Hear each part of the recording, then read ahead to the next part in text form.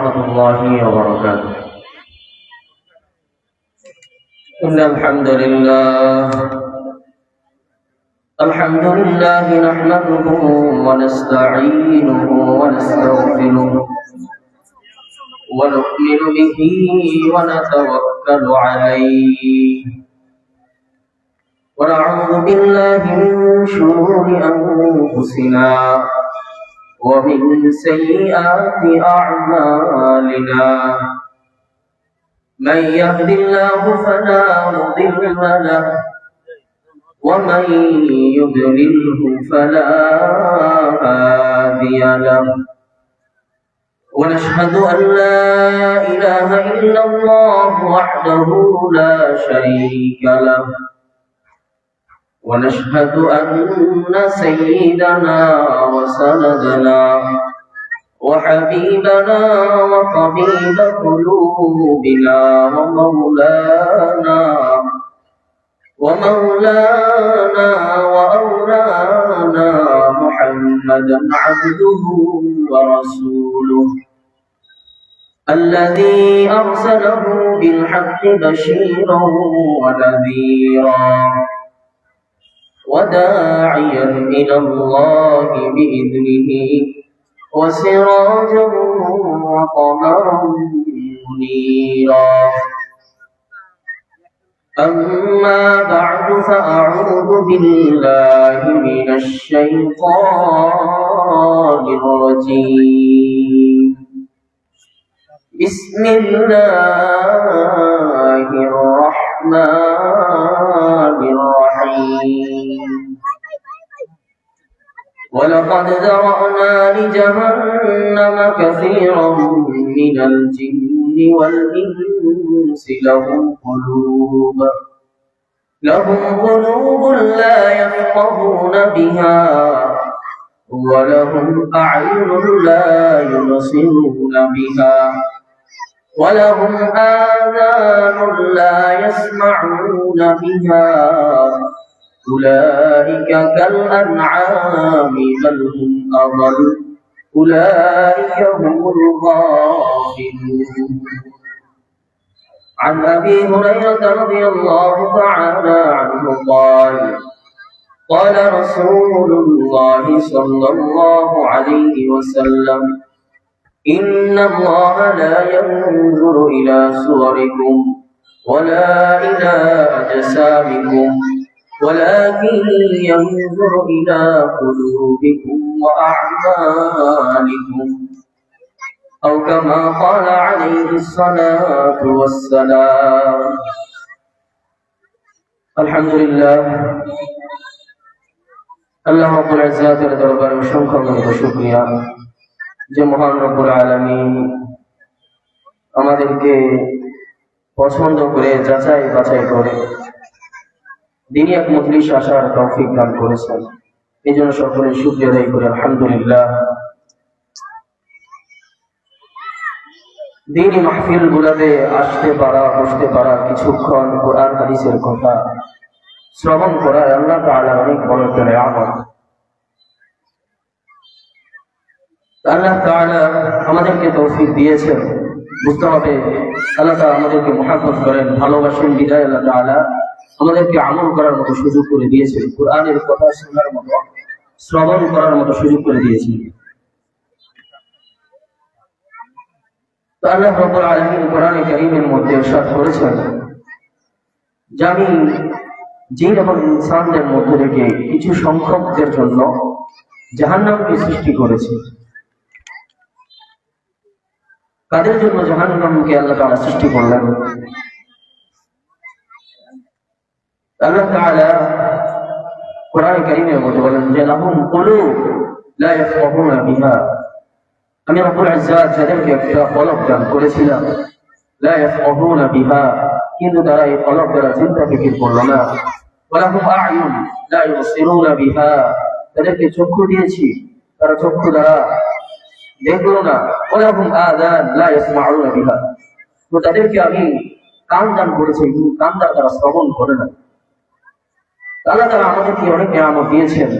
আমরা ভাবতে পারি আমরা তো চোখ দিয়ে দেখি, কান দিয়ে শ্রবণ করি, কলব দ্বারা যে কোনো জিনিস চিন্তা ফিকির করতে পারে।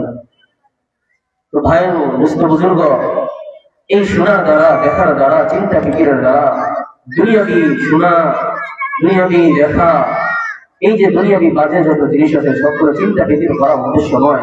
আল্লাহ তাআলা এটাই বুঝাইছেন যে আপনাকে ফলক দিয়েছেন আল্লাহ তাআলা, কখনো কোরআন নিয়ে আপনি চিন্তা করলেন না, হালাল কি হারাম কি কখনো চিন্তা ফিকির করলেন না। এটাই আল্লাহ তাআলা বুঝাইতে চাইছেন, বান্দা ফলক তো আমি দিয়েছি, চিন্তা করতেই হয় আমাকে নিয়ে চিন্তা করো।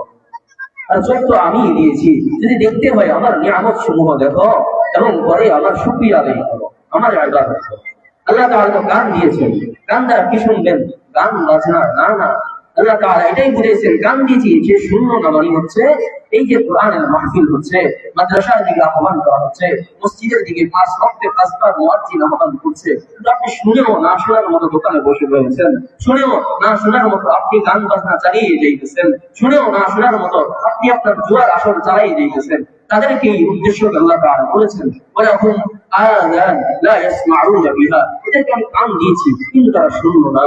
তার মানে হচ্ছে কি, এটা শুনলো বাকি আমার দিকে দুঃখ না করে এটা কাজে পরিণত করবে। তো ভাই শোনাটা বড় কথা নয়, মাহফিল শুনবেন শোনাটা বড় কথা নয়, শুনে আমল করতে হবে, তাহলে আপনি ভাগ্যবান, আল্লাহ তাআলার বান্দা হিসেবে গণ্য হবেন। আজকে আমরা দেখতে পাচ্ছি আল্লাহ তাআলার শাস্তি আমাদের মধ্যে প্রকাশ্যেই চলে আসতেছে।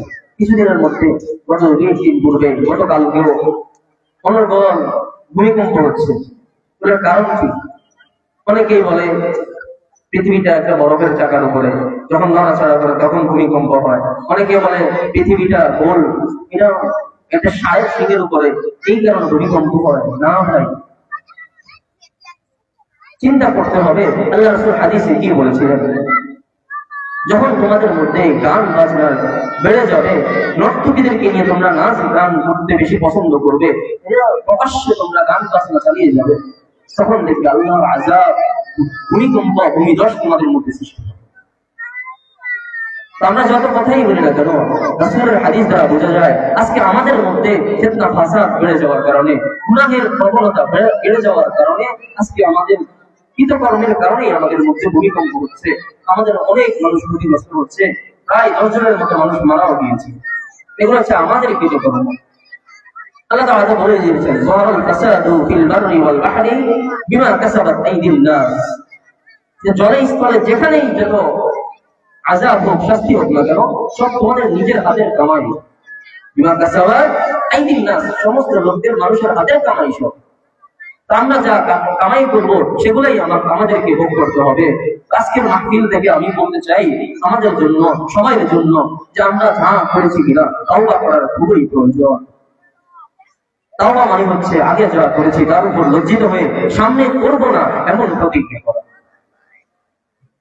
তো আমাদেরকে যা করেছি কিনা এখনো যদি হুঁশ না আসে ভাই, বুঝতে হবে কপাল পোড়া আমরা।